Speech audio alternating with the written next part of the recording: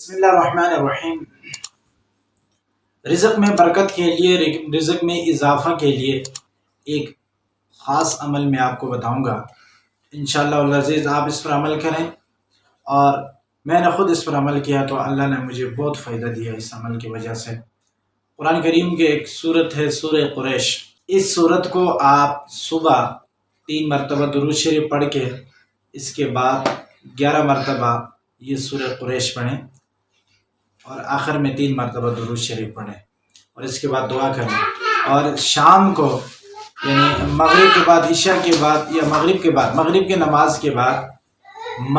نماز کے بعد اسی صورت کو 11 مرتبہ پڑھیں تو انشاءاللہ العزیز اللہ رب العزت آپ کے رزق میں اضافہ فرمائیں گے اور رزق میں برکت عطا فرمائیں گے۔ یہ آزمودہ عمل ہے، آپ بھی کر سکتے ہیں۔